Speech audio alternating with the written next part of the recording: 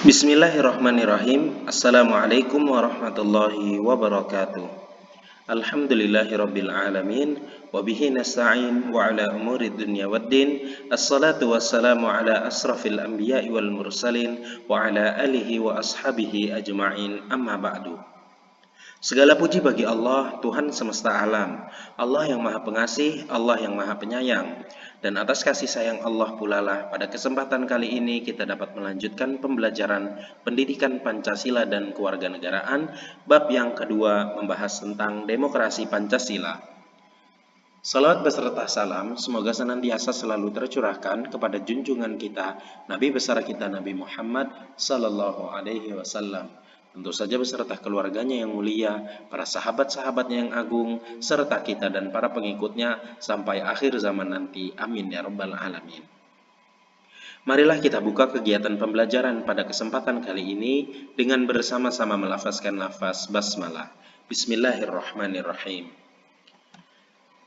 Amatilah gambar berikut ini. Apakah yang muncul dalam benakmu? Tentu tentang perkembangan demokrasi di Indonesia. Demokrasi di Indonesia berlandaskan Pancasila, menjadi tanggung jawab kita bersama untuk menjaganya, agar perkembangan yang terjadi tidak mengancam keutuhan negeri ini. Bagaimana perkembangan demokrasi yang terjadi di negeri ini? Itulah yang akan kita bahas dalam bab berikut. Dan pada video kali ini kita akan membahas inti materi tentang hakikat demokrasi. Dan ketika kita berbicara tentang hakikat demokrasi, maka kita harus berbicara tentang pengertian demokrasi dulu itu apa.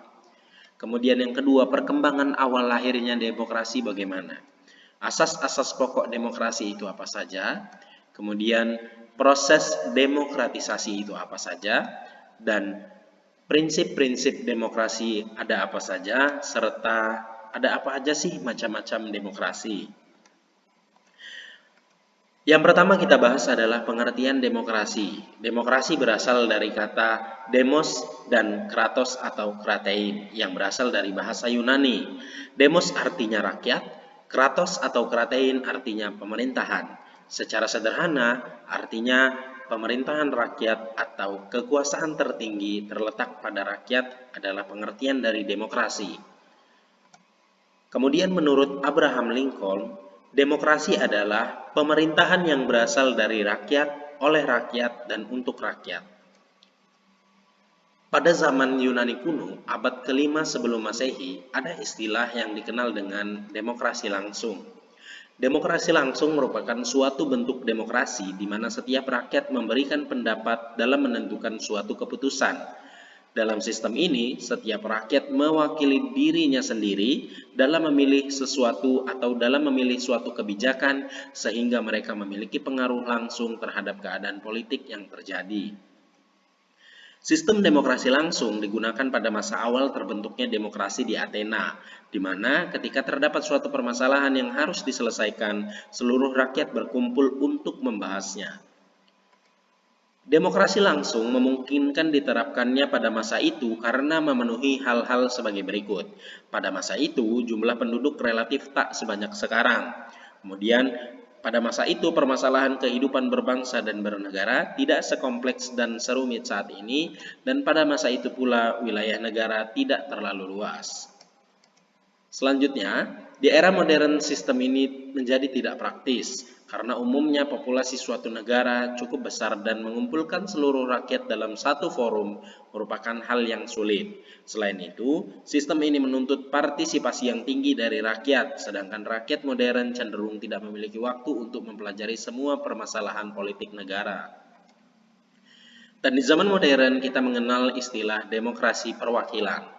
Dalam demokrasi perwakilan, seluruh rakyat memilih perwakilannya melalui pemilihan umum untuk menyampaikan pendapat dan mengambil keputusan bagi mereka. Ini adalah contoh di mana demokrasi perwakilan terlaksana. Ini adalah contoh kampanye, brosur kampanye yang biasa kita lihat saat akan dilaksanakannya pemilihan umum. Seperti ini contohnya. Ini adalah proses promosi diri untuk dipilih oleh masyarakat agar tokoh ini bisa menjadi anggota perwakilan rakyat di dalam gedung parlemen untuk memperjuangkan hak-hak ataupun kebutuhan-kebutuhan rakyat melalui pemerintahan. Demokrasi perwakilan dapat tumbuh dan berkembang karena hal-hal sebagai berikut. Yang pertama, penduduk selalu bertambah sehingga suatu musyawarah pada suatu tempat tidak mungkin dapat dilakukan.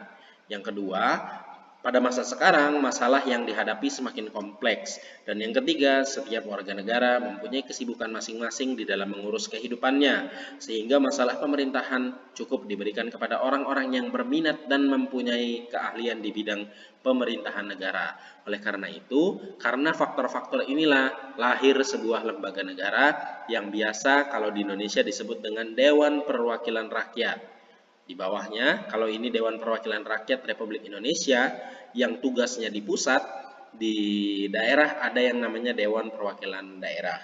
Nah, ini adalah contoh logo dari Dewan Perwakilan Rakyat Daerah Provinsi Lampung. Dan orang-orang yang terpilih inilah yang mewakili kita semua untuk memperjuangkan hak-hak masyarakat dan menjalankan tugas sebagai wakil dari masyarakat di pemerintahan.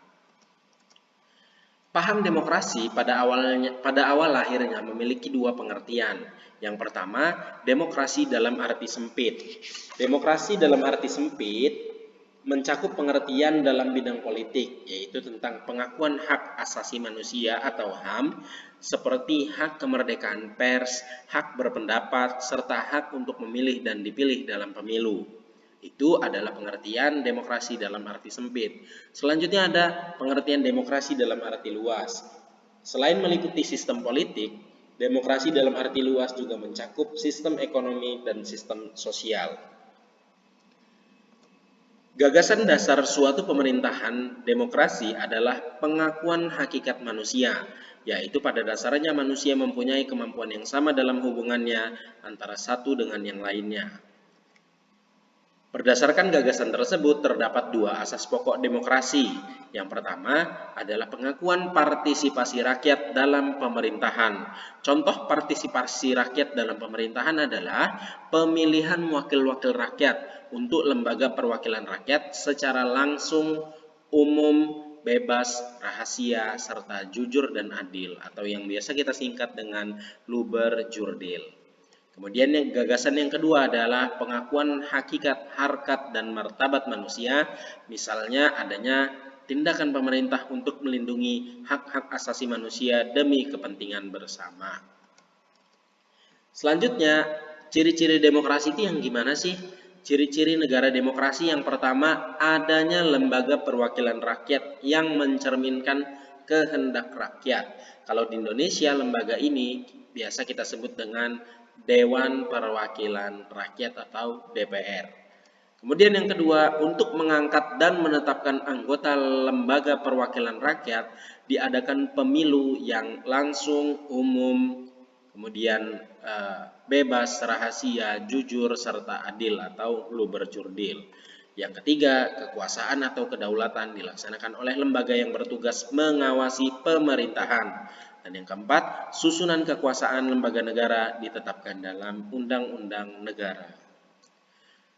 Demikian video yang pertama membahas tentang asas pokok demokrasi dan pengertian demokrasi. Selanjutnya, di video yang berikutnya kita akan sama-sama belajar tentang proses demokratisasi, kemudian prinsip-prinsip demokrasi, serta macam-macam demokrasi. Sekian dulu video kali ini, kita akan ketemu lagi di video yang berikutnya. Terima kasih atas perhatian kalian semua. Apabila ada kesalahan, Ustadz mohon maaf. Kepada Allah, Ustadz mohon ampun. Wabillahi taufiq wal hidayah. Wassalamualaikum warahmatullahi wabarakatuh.